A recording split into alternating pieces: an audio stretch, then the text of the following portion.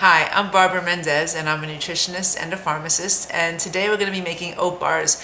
Oat bars are one of my favorite recipes to recommend to my clients, and the reason for that is that my clients have two things in common. Much like many of you, I'm sure, listening, they're stressed out, anxious, and they're craving sugar. So one goes with the other. And the reason for that is that every time you experience stress, every time you have a negative thought, every time something goes wrong in your day, your brain chemistry shifts towards a lack of serotonin. Serotonin is the chemical in your brain that makes you feel calm and happy. So as serotonin starts to go down because you're ruminating on how things are not working out for you that day, your brain chemistry goes down and down, and when that happens, your brain starts to poke at you and it says, hey, go do something right now to make me feel better. So some of you will probably be able to relate to this. In that moment, the one thing that you want more than anything else is sugar, because sugar is the fastest way to boost serotonin in the brain. So initially you get that hit of sugar, serotonin goes up really high, really fast, only to come crashing down a short time later. So you want to avoid that because you don't want to be feeling good temporarily only to feel worse later on. What you want to do instead is assume that you're probably going to have a hectic day if that's what your life is like, and then eat in a way that helps produce healthy amounts of steady and balanced serotonin levels throughout the day. This is a great way to do that. These oat bars are loaded in fiber, they have complex carbohydrates, they have natural sugars, they'll have raisins, they have nuts, walnuts, and almonds that naturally boost serotonin production in the brain. So by eating something like this for breakfast or having a little bit around 4 o'clock in the afternoon as a snack, you can help yourself to keep your mood steady, your brain chemistry intact, and also help you have something on hand that can keep you from eating refined sugar. So we're going to start out with the wet ingredients, and then we'll combine them with the dry ingredients, and then we'll bake it. So the first thing you want to do is you want to keep ripe bananas in the house. I tend to do this all the time. I buy bananas, let them ripen. If I'm not going to use them straight away, I peel them and keep them in the freezer so that I can make something like this, or the raw ice cream that I also have a video for that you can check out if ice cream is your pleasure. So we're going to peel them and put them right into the jar, into the container here. And then we're going to use this musher to mush them. So go ahead and do that. And then we're going to add some organic pumpkin. So make sure when you buy this not to buy pumpkin pie mix. You want to get just plain pumpkin. Pumpkin pie mix tends to have sugar and added ingredients, which you don't necessarily want in this product. So just put that in there. Pumpkin is great. It's loaded in carotenoids, beta-carotene, those kinds of antioxidants. Also a great source of potassium. Potassium is really good for stabilizing your blood pressure. And the other beauty of pumpkin is that pumpkin is a grounding food. It grows close to the ground. And so in that way, it keeps you grounded to the earth. So think about that feeling of stress, right? That feeling of stress is a feeling of disconnect, right? You're feeling stressed out, you're feeling disconnected from your life, a little anxious. Grounding foods help you connect again and help you feel a little bit more steady. So you want to include those in your diet whenever possible. And adding it to this provides that sense of grounding. All right, so there we have that.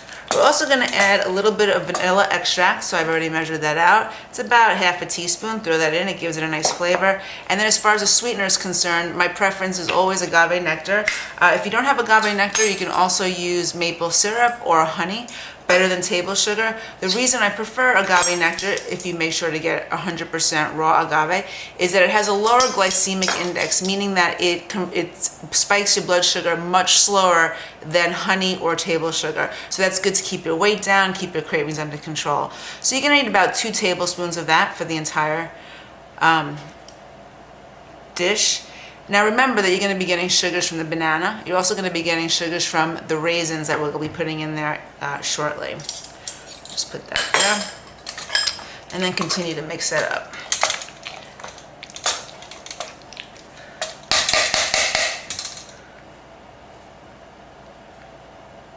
Just set this to the side.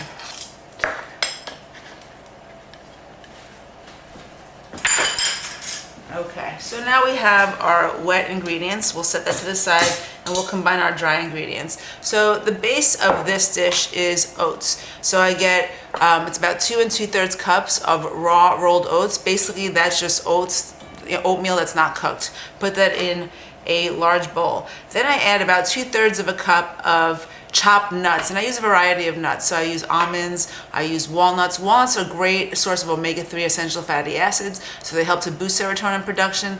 Almonds are really good at helping to lower cholesterol. In fact, this whole dish can help you lower cholesterol because there's oats, the fiber in the oats help you lower cholesterol. We're going to be putting flax in there. Flax is another great way to lower cholesterol, but it does boost your mood as well. This also has some pumpkin seeds, and pumpkin seeds are a great source of zinc, and that help your immune function.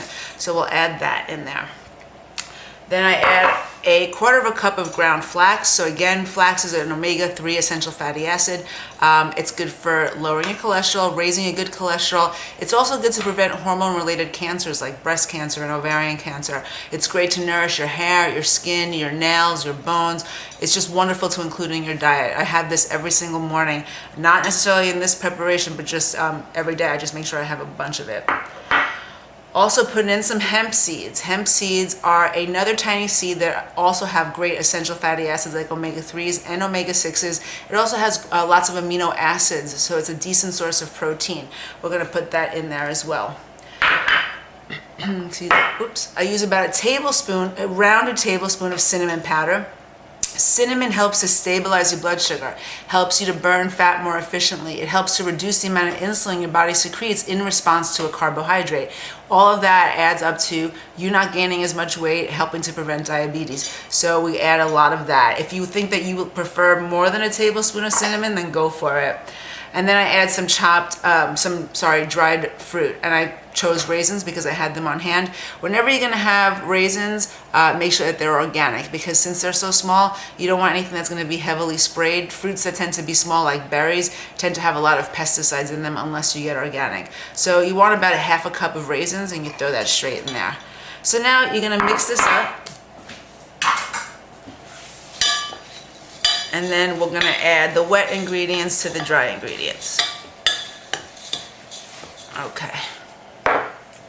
Make sure that this is all well blended. It is, and then we'll combine the two.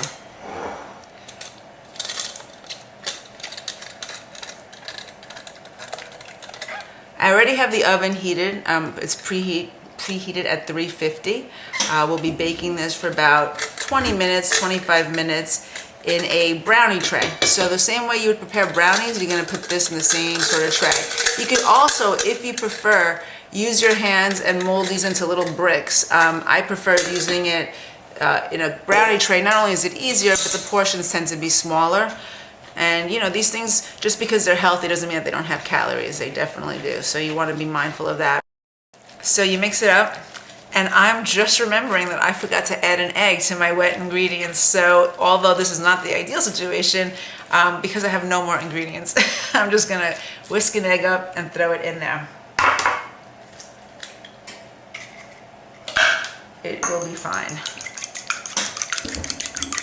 So again, you wanna do this with the wet ingredients so that it's all blended together properly, but this will be fine too. So what the egg does, not only does it provide some protein, but it also helps to bind the dish together.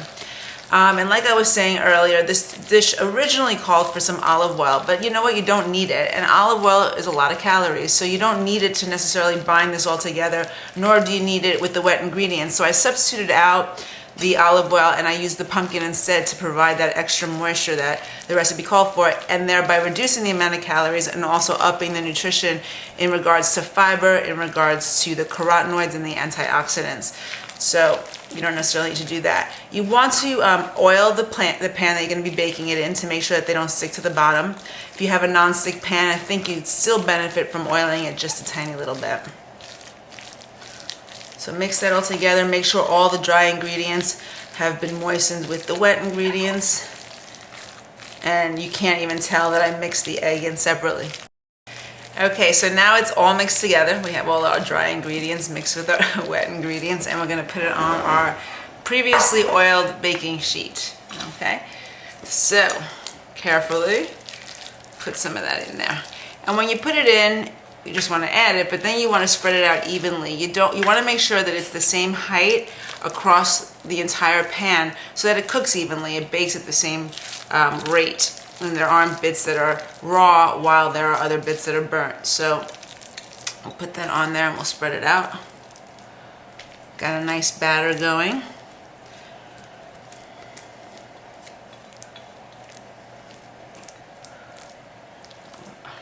Okay, and then we spread it out.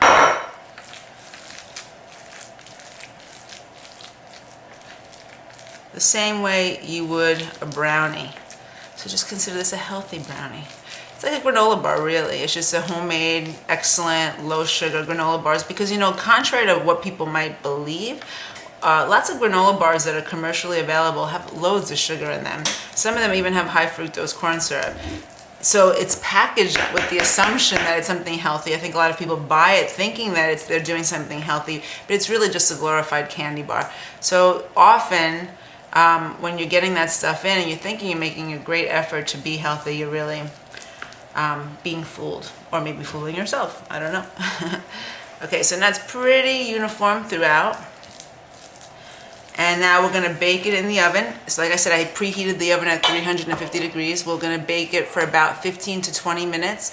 Check it at that point, put a prong in it, and then if we need to, we'll put it in for another 5. So come back in 5 minutes and we'll see in 20 minutes rather, and we'll see what it looks like then.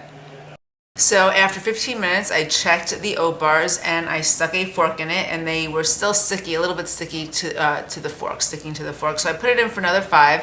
It's been a full 20 minutes and now they're ready. So there's 2 ways that you could cut this up. One is a little bit bigger bar, right? So that you can have it for breakfast, or you could do smaller bars that you could take with you to work and have 4 o'clock in the afternoon. So what I'm gonna do is I'm gonna cut this down the middle and delegate one side to breakfast bars and one side to snack bars. If you know that this is the sort of thing you wouldn't enjoy for breakfast, then make them all the size of a snack bar.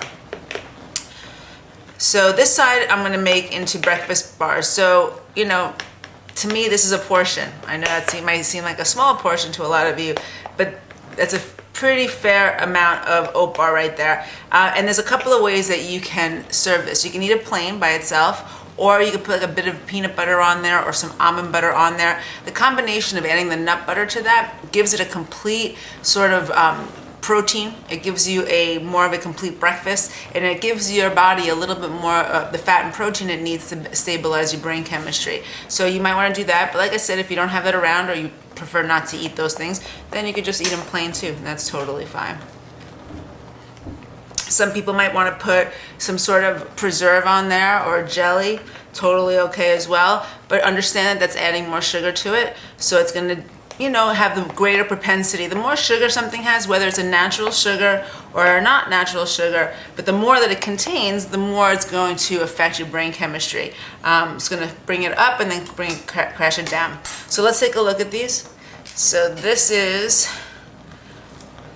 2 bars that are a breakfast size bar. So I'm going to move this over so you can see them. Put it on here. So that's about 2 breakfast bars. Like I said, let them cool down, and then you put a little bit of peanut butter on them. And then let's take a look at a snack size. It's kind of smaller. And one of these would be an appropriate snack, again, with just a little bit of almond butter or peanut butter or by itself. So now you have another option that you can keep on hand. You can bake them and freeze them, and then just defrost them and just put them in the oven for a couple of minutes to heat them up again. You can just bring them to room temperature and eat them cold at room temperature. That's totally fine too, by themselves, or like I said, with a nut butter. So if you want more recipes like this that can help stabilize your brain chemistry, help with cardiovascular function, help prevent cancer, just help you have a healthy, happy body, do check out my website at www.barbaramendeznutrition.com or my blog, rootsandseeds.com. I have a lot of recipes on there, so do check that out, and you can follow me on Facebook and Twitter. Thanks for checking in, and I'll see you next time.